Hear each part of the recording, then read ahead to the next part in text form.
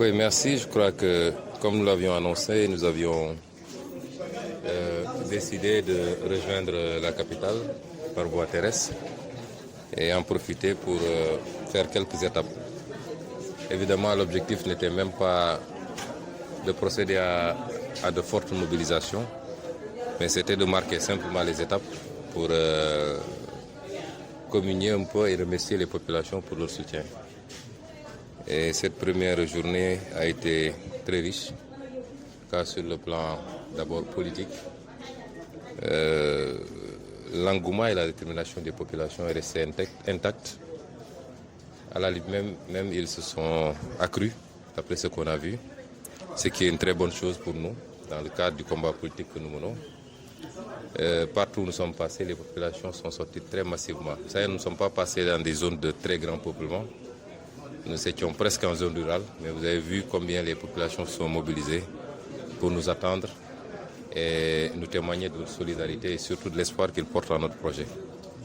C'est très réconfortant et ça consolide un peu notre posture actuelle et dans le combat politique que nous menons.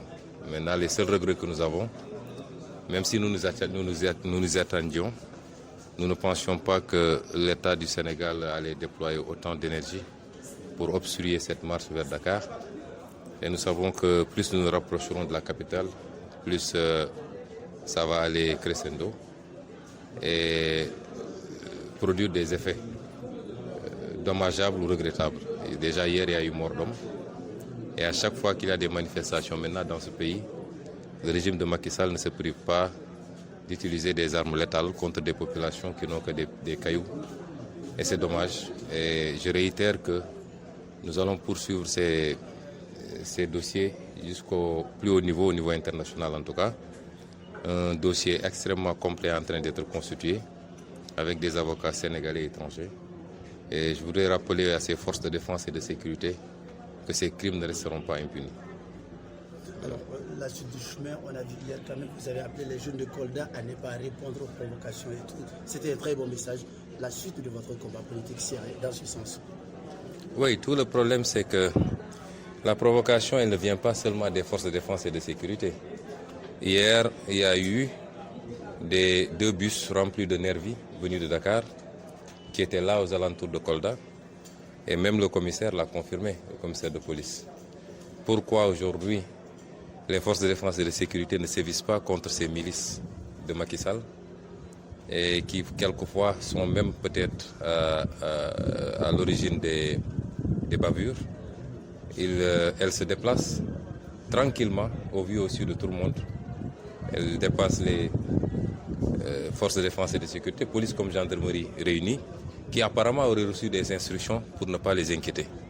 Alors que même ma sécurité est tout le temps inquiétée. Ce matin, on a arrêté un de mes gardes rapprochés qui était allé à la station pour mettre de l'essence dans un véhicule. Hier, il y a une partie de mon équipe qui quittait Dakar pour venir.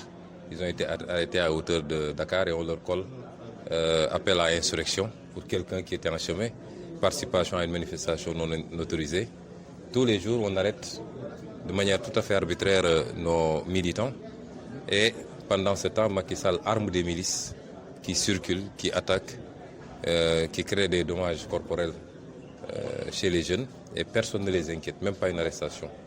Cela aussi est un élément qu'on va verser dans le dossier avec preuve à l'appui, puisque des films sont toujours pris, des photos également.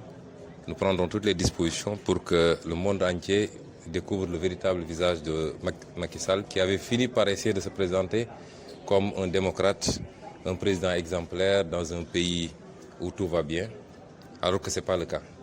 Il a utilisé et il continue à utiliser la justice. Ça, c'est la méthode douce pour essayer d'éliminer des candidats.